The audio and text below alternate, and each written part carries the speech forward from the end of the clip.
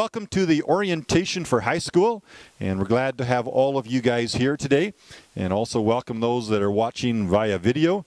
And we're going to cover a lot of material today that relates to high school program.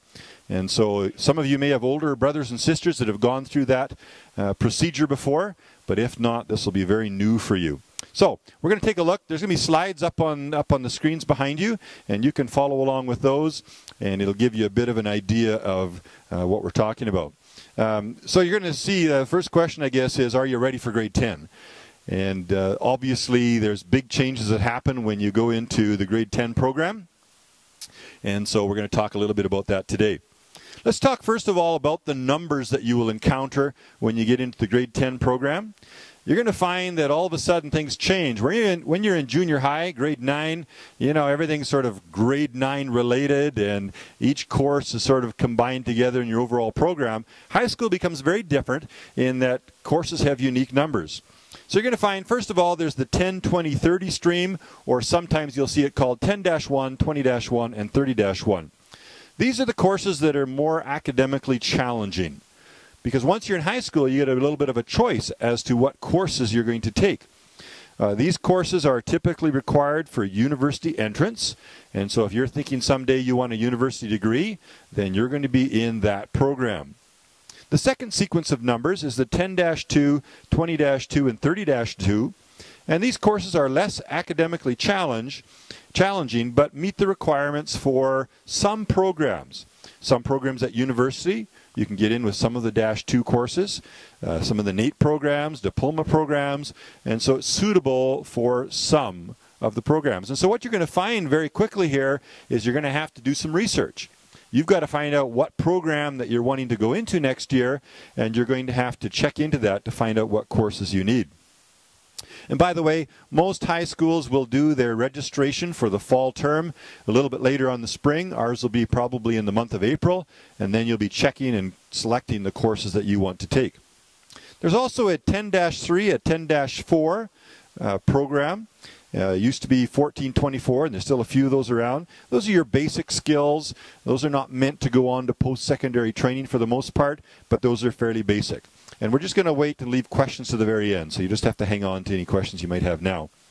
Finally, there's the 15, 25, and 35, and you'll see that once in a while. Those are locally developed courses, and so ourselves or some other school in the province has developed them, and so we consider those to be locally developed, and they can be used for diploma requirements as well. And the last section that has those kind of numbers is 31. And 31 applies to a course called Math 31, would be taken at the end of your high school career. And that is for people that want the elite level math that would allow them to go in to be an engineer, an architect, a doctor. Some of those programs you'd want to take Math 31 for. It's sort of an advanced level calculus. Not that many students take that course, but if you're going into one of those programs, you'd have to take that at the end of your grade 12 year. We have CTS courses, Career and Transition Studies. That begins, really it was initiated at junior high, but it continues on to high school. One of the unique things about CTS is that you might be in a 3-credit, say, photography class. You'll actually do 3 different 1-credit CTS courses within that 3-credit course. And so it's a little bit unique when you get into high school. You'll find that also in construction, foods and fashion, many different areas, you'll encounter the CTS courses, and they go by 100s, 200s, and 300s, basically grade 10, grade 11, and grade 12, although you can take them at any level that you want to once you have the prerequisites. And finally, the last thing that I'll mention, it doesn't relate to numbers, but once in a while you'll see an H on a course, and that means it's an honors course. So in high school we do have some programs that are specifically available as an honors, and you'll see the H there, and so that's how you would know if you're in the honors program. Well, the first thing we're going to talk about today is math, because math is probably the one where you need to make most of your decisions. The other programs aren't quite as difficult when it comes to that, but the math one, there's some decisions that you have to make there. There are a variety of math courses that you can take when you go into high school. The most common would be Math 10C. The C just stands for combined, meaning that all students go into that course when they come out of grade 10 if they want the regular academic program. Now you'll note that there's a couple of math courses there that are grayed out. Those are ones that we don't offer in our school. Other high schools would offer them, a 10-3 that's available, a 10-4. Those courses are not as challenging academically, but also they won't lead you on to post-secondary study at universities and some of the other diploma programs. And so those ones are not as likely to get you to where you want to go. And as a result, not very many of our students are interested in them, so we don't offer them. You could take something like that through a distance learning program, and you could still study at that level if you wanted to, but you'd want to consult with Mr. Schellenberg, our counselor, or myself before you made that decision. So the majority of you will go into Math 10C. Now we do have a Math 10C honors class, and so if your math mark out of grade 9 is above 80%, you could apply to go into the honors class. Now you might say, why would I do that? Well, you would do that if in grade 11 you want to take the advanced academic level in math, which is Math 20-1. And so you would do that to better prepare you for that class. The curriculum is the same in 10C and 10C honors. It's just taught at a little bit deeper level and is going to prepare you for that more complex course in high school. So the next slide talks about what math is best for me. And so there are really two main routes that we offer in our school, the -1 and the -2. On the left-hand column, you'll see the -1 program outlined. So that begins in grade 11, Math 20-1, goes on to Math 30-1. And these courses are for people that want to go on to university and they want to study some kind of a program that's mathematically related. So you might go into a faculty of science and study mathematics or other sciences like physics, some of the business programs, especially engineering, architecture, and perhaps even to become a doctor, you would need a program like that. So it's designed really for students that want to focus on that. If you want that Math 31 course I talked about, you also must be taking that -1 route. Right? So it's really a special group of students that are going to be needing that higher level course. The intent when Alberta Education set up these courses is approximately 1/3 of the students would go that route and 2/3 would go the -2 route.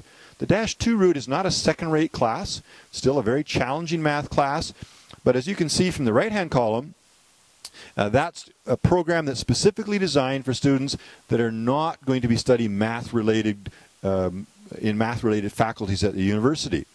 Now, if you wanted to go into university and you wanted to study nursing, go into an arts degree, become a teacher in education, any of those programs, you do not need the -1. The -2 will be suitable for that. And in fact, in some cases, a better decision because you're likely to be able to maintain a higher grade in the -2 than you would if you were in the -1.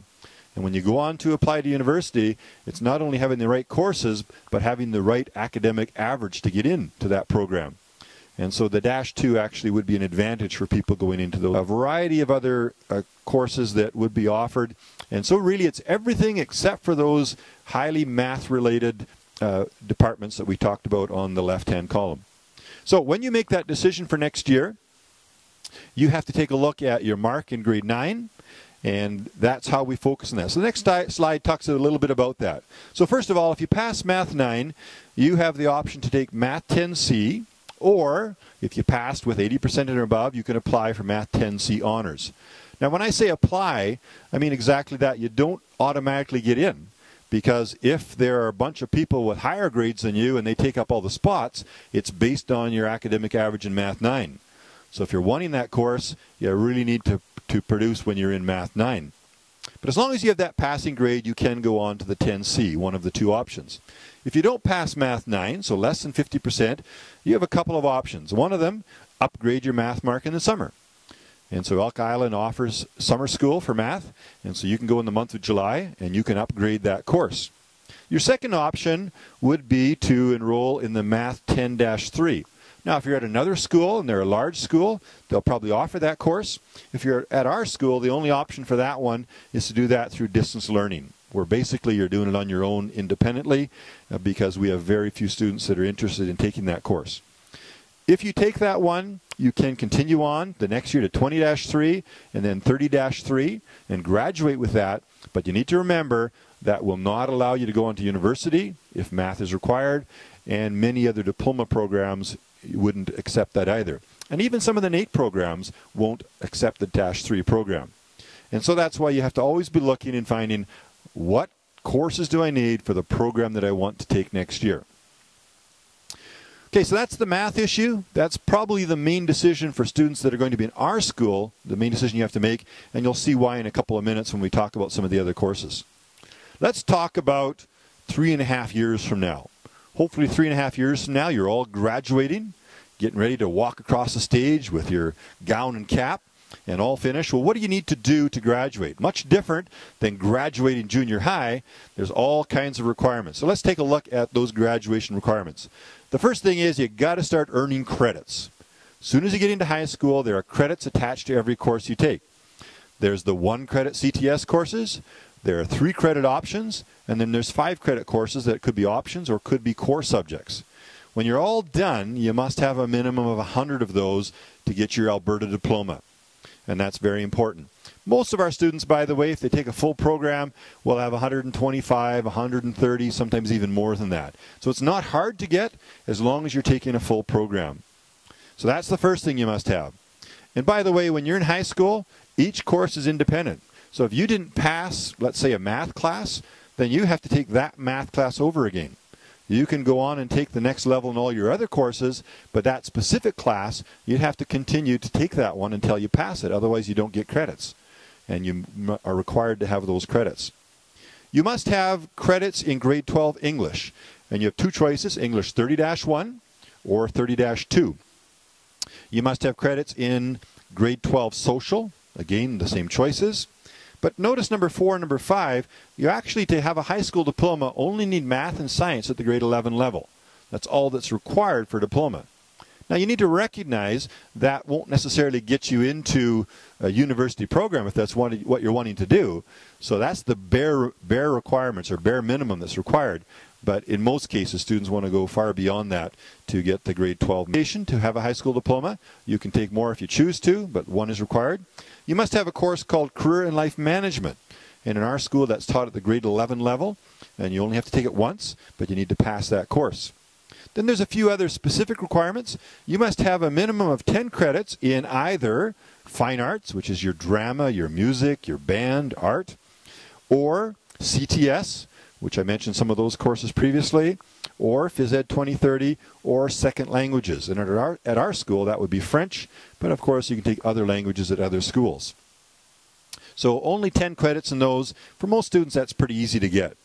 Point number 9 there, you must have 10 credits in other grade 12 courses besides English and social. So remember I said you don't have to take math and science at the grade 12 level. But if you didn't, then you have to take some other courses to make up at least 10 credits at that grade 12 level. So that could be your Bible class, could be work experience, it could be drama, musical theater, it could be any of those, but you need to make sure you have at least 10 credits at that grade 12 level. And finally, the last point relates specifically to our students. You must take and pass 1 year of Christian studies for each year you're in high school. And so that's traditionally our Bible program, but at high school that also could be our School of Worship Arts or our missions program. So that's the graduation requirements for students in Alberta. And of course, if you move on to another province or another country, it'll be different than what those requirements are. Elk Island has some specific requirements for its students, and so regardless of what school you're in Elk Island, you will find similar requirements. Grade 10 and 11 students are required to have full course loads, no spares. And so you're working away full time. Now, when I say no spares, there's a bit of an exception there, and that is if you take a course that's outside of the regular school program or the school schedule, such as band or musical theater, work experience class, yearbook, some of those courses, then you're entitled to a spare in lieu of that. So if you have something you do outside of the regular school day, then you can have a spare for that course that you took. Grade 12, you're required to earn 30 credits in your grade 12 year, and that's a specific thing to our school, and again, that's pretty simple for most students. A couple of notes that we should make here. If you decide that you want to take a course by correspondence, so for example, let's say you wanted to learn Spanish, and you wanted to do that by correspondence. A little bit of a challenge, but it can be done. We've had students do that before. But if you're interested in doing that, you need to check into the office and have administrative approval to do that. Generally, we allow that in the case of a timetable conflict or a course that a student really wants to take and is not offered at our school.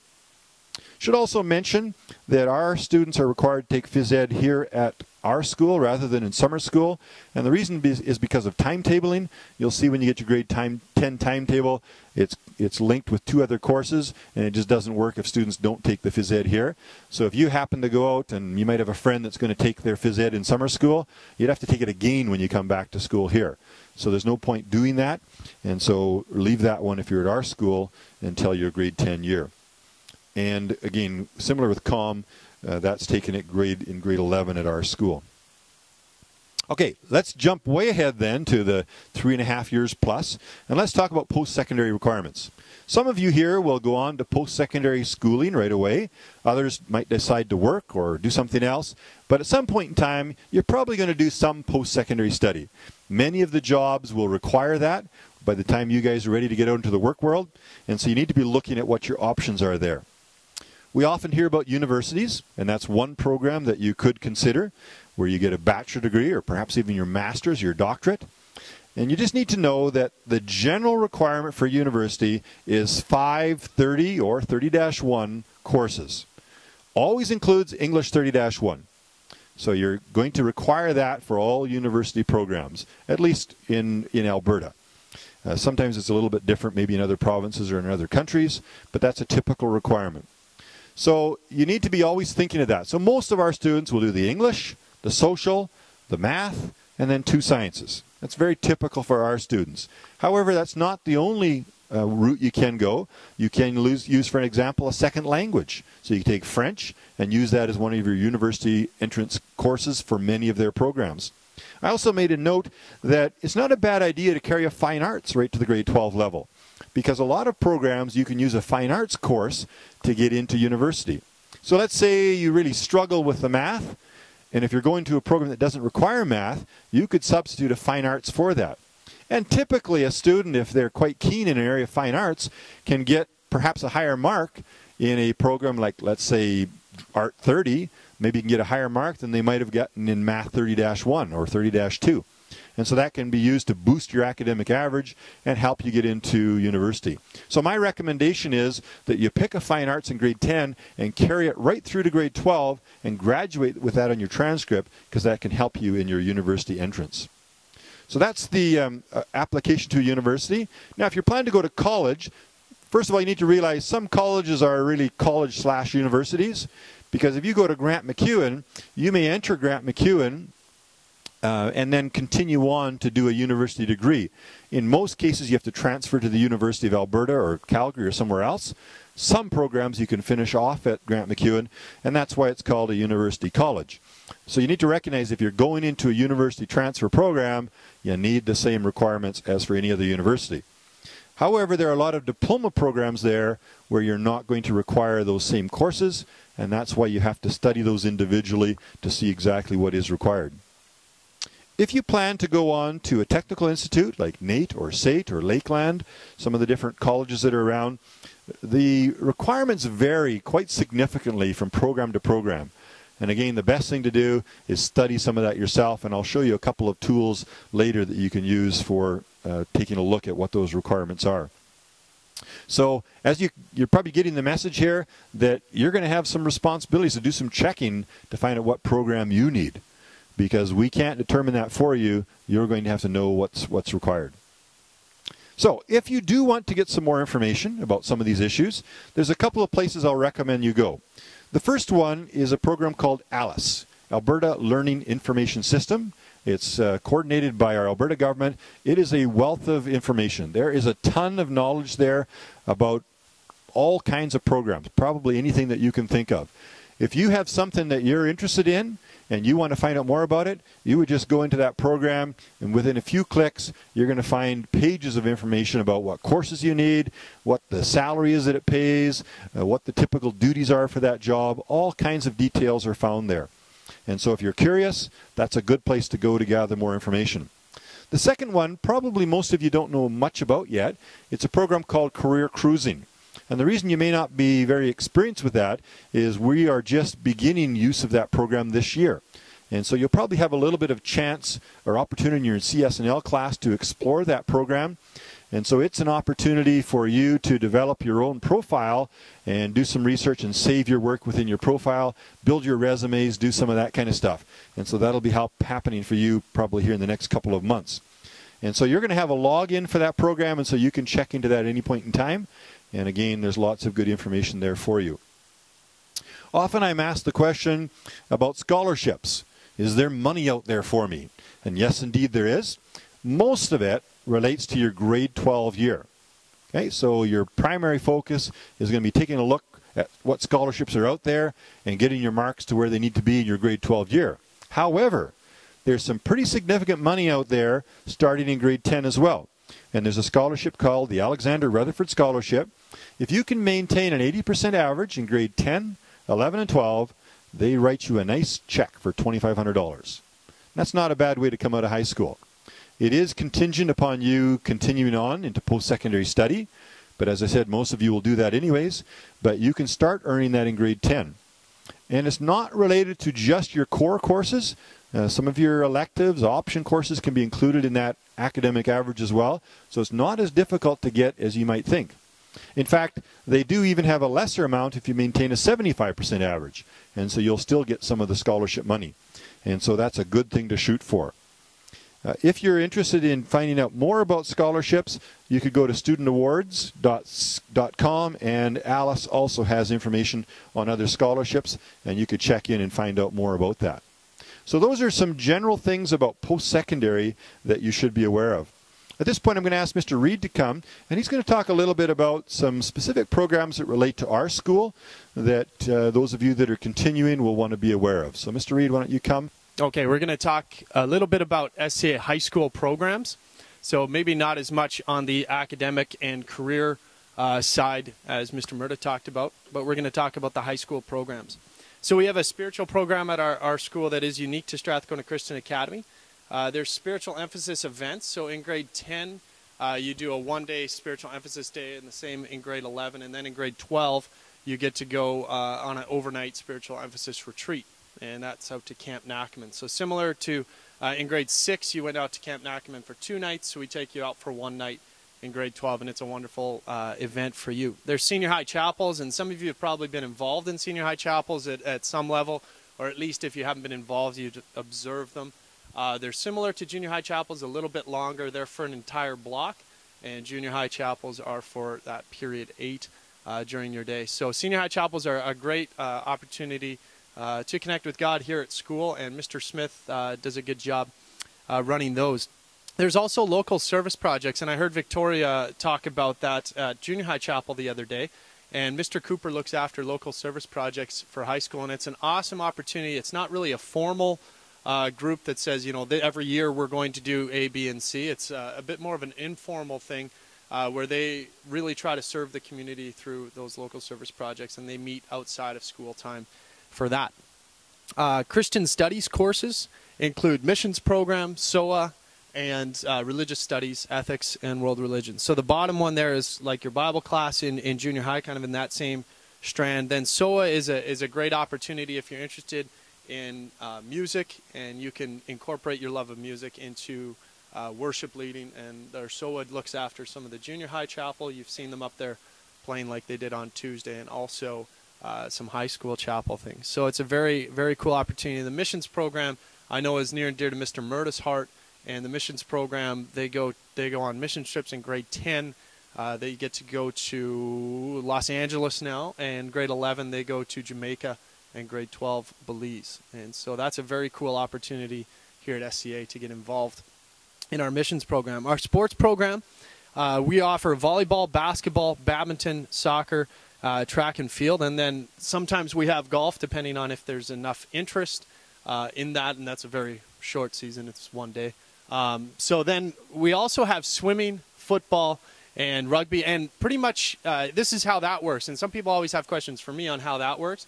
If you're interested in playing a sport that we do not offer at our school, you can play it for another school, and what they end up doing is absorbing our attendance. So if you go to another bigger school, They're already in the biggest classification that Alberta has for schools, so they don't mind taking on our attendance. It doesn't bump them into a higher category. So for instance, we've had girls from our school play on the Bev Facey rugby team. And so we'll have the Bev Facey coach come over and talk to our girls, and they're a very valuable piece to their rugby team. Football is a very common one. If you're interested in football and you want to attend our school, you can play. We've had kids play for Salisbury, Bev Facey, and I believe Fort High as well. And I think we have one interested in playing for Archbishop Jordan.